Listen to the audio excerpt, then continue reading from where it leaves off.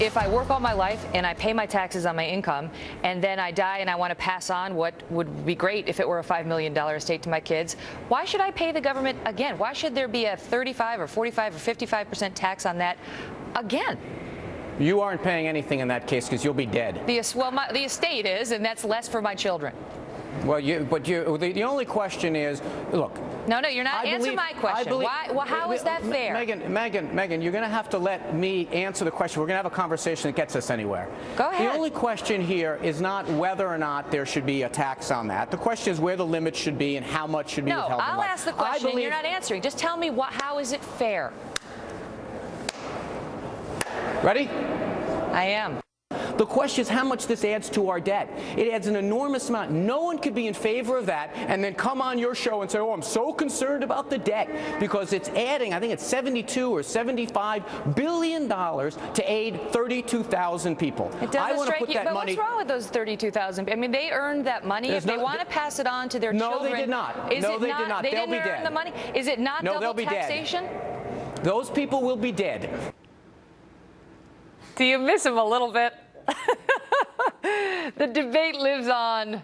That was yours truly and former New York Congressman Anthony Weiner back in 2010, having a discussion about the so-called death tax that the government levies after you die. As the congressman pointed out, you'll be dead. The tax rate is now set to almost double at the end of the year, hitting roughly 60%, 55 to 60%.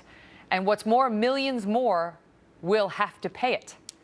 Joining me now to discuss it, Tony Sayegh, who's a Republican political analyst and campaign consultant and national political correspondent for Talk Radio News Service, and Mark Hanna, former aide to both the John Kerry and Barack Obama presidential campaigns and a political analyst. So now the former congressman and I have set the stage for you two. You can take it from there. I don't know if we can live up to that, wow. Megyn. I gotta say, I miss talking to him. I'll try to be a little bit more cooperative than Congressman Weiner. Okay. Nice glasses there, Mark. We'll start on a civil note. Okay, but listen, it's actually no laughing matter, because for a lot of Americans who are going to now be subject to paying this, because right now it says up to $5 million, you don't have to pay it unless your estate's worth $5 million bucks, and then when you die, it gets taxed at 55%. That's or 35%. Yeah, 35. But as of the end of this year, it's going to go way down to $1 million. An estate worth $1 million will get taxed at 55%. Tony, fair? Not at all. And the irony of this whole situation, Megyn, is there's been bipartisan consensus since 2001, when the first Tax Relief Act passed that brought down this death tax, to obviously remedy this problem, because it's a totally punitive tax. All you have to do to have your family pay for it is die. There's something fundamentally wrong with that. And the other part of this that seems to be lost is it has no meaning to the federal government. The congressman was absolutely wrong in his numbers. It raises about $24 billion a year in revenue, and at the same time hurts the individual taxpayer far more than it helps the government, and it also slows down the ability to grow jobs and have the small business, private sector job creation we need to get economic recovery. Mark, the president chose not to make this one of the issues that he raised yesterday. He's focused only on, sort of the middle class right now. Sure. And that's what Congressman Weiner was trying to say. These are super rich people. If you got an estate worth $1 million bucks, you're rich. You can afford to pay another 55% in taxes, and too bad on your kids. Look, yeah, this is absolutely a tax that is targeted for the wealthy. Only, a lot of people when they die give an inheritance to their kids.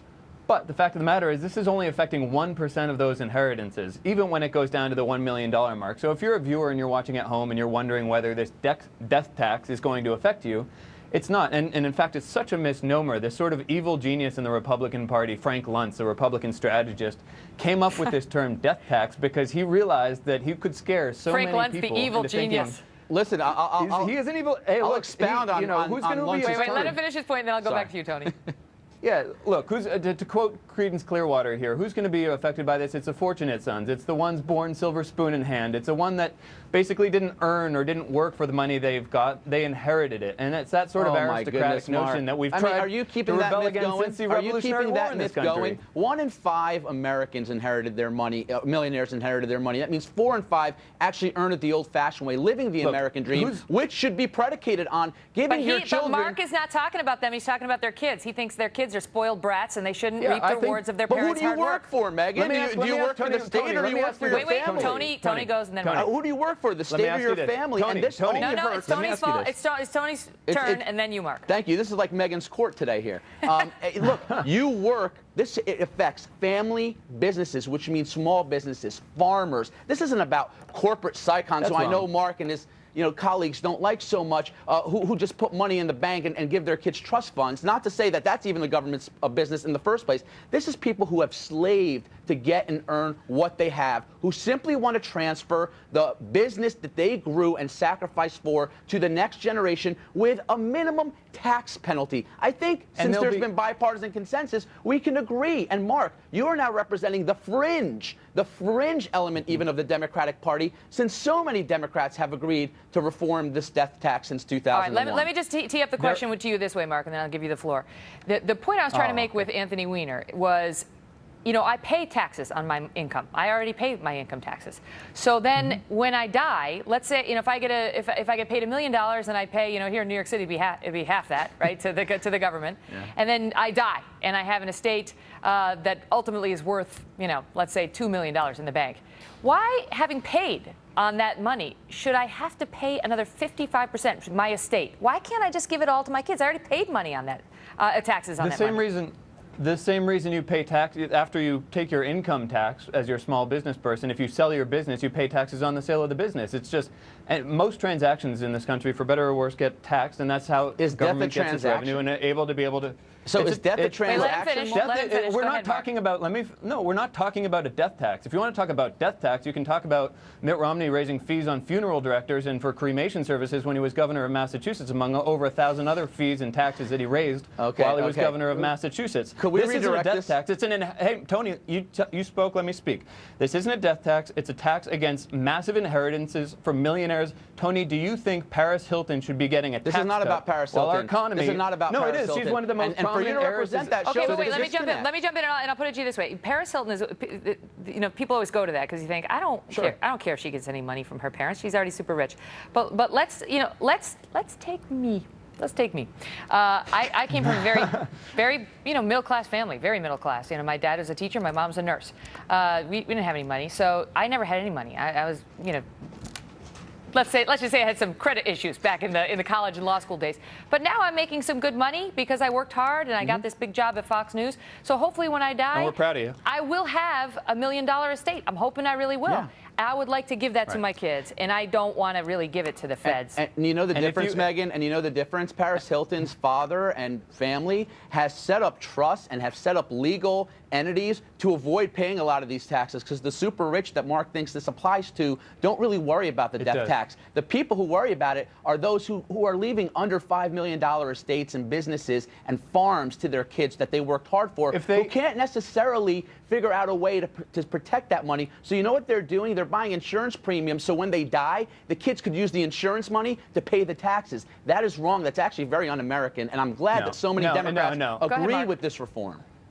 Tony, what's happening here, and the reason the Democrats, some congressmen, agree with this reform is because their wealthy backers are also millionaires.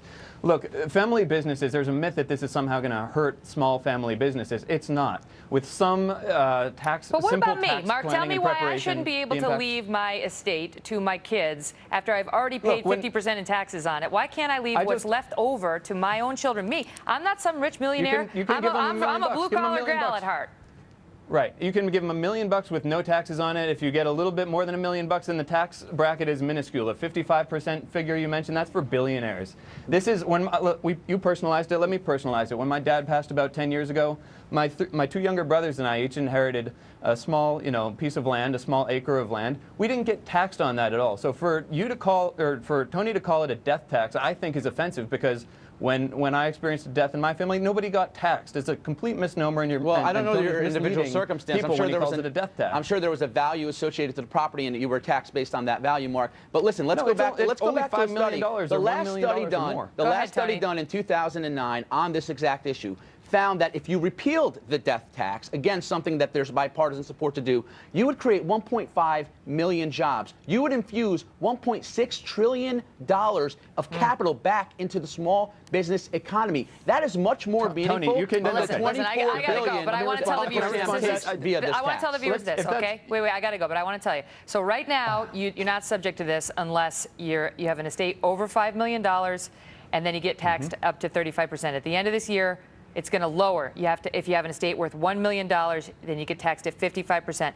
Barack Obama has said he would like it to be you're exempted up to $3.5 million, and then you get taxed at a 45% level. But if nothing happens between the president and Congress by the end of this year, we're going to 1 million, 55% plus an extra 5% surtax on top of that. Guys, thank you very much. It's a pleasure, and we will leave the viewers with Tony's question. Is death a transaction? Let 22 million jobs we grew under President Clinton. Oh, Mark, lighten up. Yeah, exactly. All right, Drop see the you soon. talking points. Oh, come on. See you guys.